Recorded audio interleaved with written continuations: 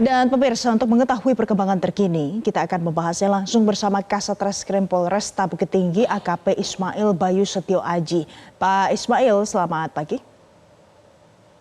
Selamat pagi, Bu Valen. Baik, Pak Ismail, ini kita tahu ada kasus seperti ini terulang lagi, ini bukan kasus baru, tapi untuk kronologi pengungkapan kasus ini di Kabupaten Agam, bagaimana Pak? Ya, bisa kami jelaskan.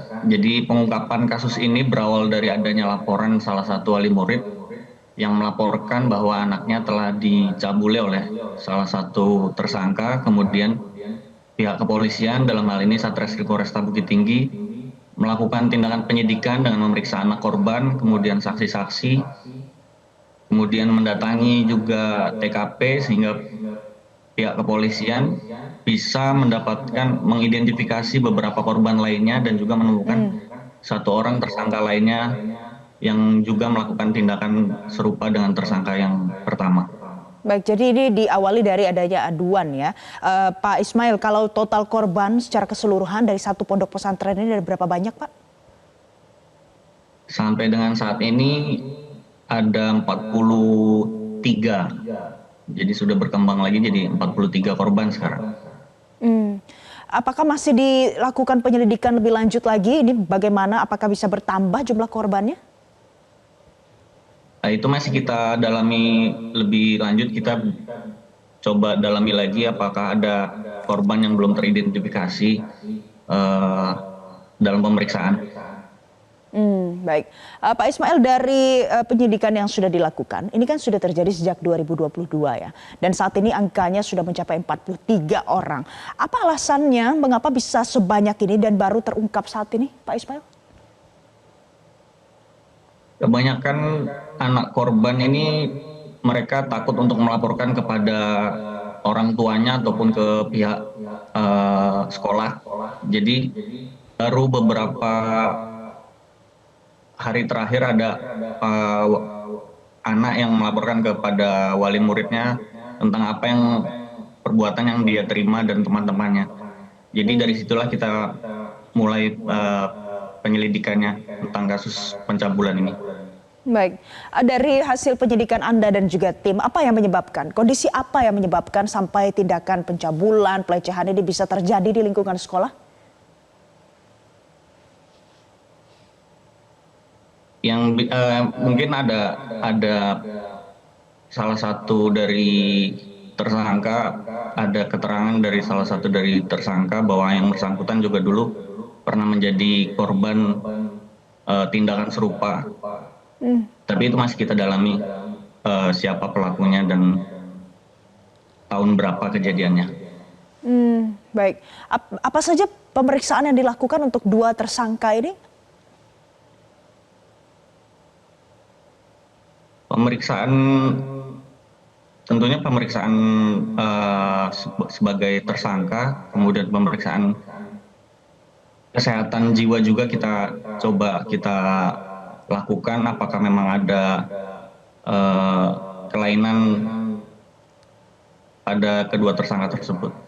Baik, Pak Ismail, kalau ini kan baru dua orang tersangka ya, ada kemungkinan bertambah jumlah tersangkanya di kasus ini Pak Ismail? Untuk sementara masih baru dua tersangka ini saja. Untuk perkembangan lebih lanjut kita belum dapat apakah ada pelaku lainnya atau tidak. Sementara ini belum ada pelaku lain, baru dua orang ini saja. Oke, bagaimana dengan respon dari pondok pesantren? Respon dari pondok pesantren sampai dengan saat ini mereka cukup kooperatif. Baik. Untuk mendatangkan para korban ke pihak kepolisian untuk diperiksa sebagai saksi. Baik, Pak Ismail, ini kan kita tahu korbannya adalah anak-anak, mereka jumlahnya banyak juga sampai dengan 43 orang. Apa pendampingan, penanganan yang diberikan untuk para korban ini Pak Ismail? Dalam pemeriksaan kita bekerja sama dengan unit UPTD PPA Kabupaten Agam dan juga Dinas Sosial Kabupaten Agam dalam rangka rehabilitasi dan pendampingan psikologis kepada anak korban. Oke, Pak Ismail, tadi Anda juga sempat mengatakan ada satu di antara dua tersangka ini yang mengatakan pernah mengalami perlakuan yang sama dulu, tapi ini masih ditelusuri lebih lanjut lagi. Tapi sejauh ini dari hasil penyidikan, apa motif dilakukannya pencabulan oleh dua orang tersangka ini, Pak Ismail? Motifnya mereka memang tertarik terhadap para korbannya ini,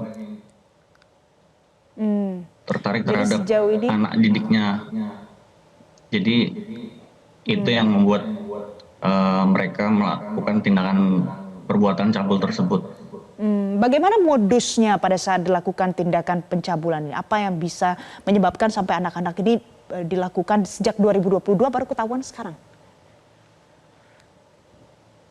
Jadi memang ada beberapa cara, ada yang anak didiknya tersebut melakukan pelanggaran atau apa, kemudian ketahuan oleh salah satu oknum guru tersebut, kemudian diancam apabila tidak menuruti keinginannya akan dilaporkan, kemudian tidak naik kelas.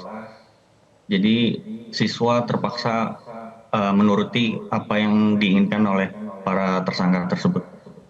Baik, baik. Mudah-mudahan nanti kasus ini bisa ditelusuri lebih lanjut lagi dan penyidikannya bisa berjalan jauh lebih cepat. Terima kasih Kasat Reskrim Polresta Bukit Tinggi AKP Ismail Bayu Setio Aji sudah bergabung bersama kami di Selamat Pagi Indonesia. Jelajahi cara baru mendapatkan informasi. Download Metro TV Extend sekarang.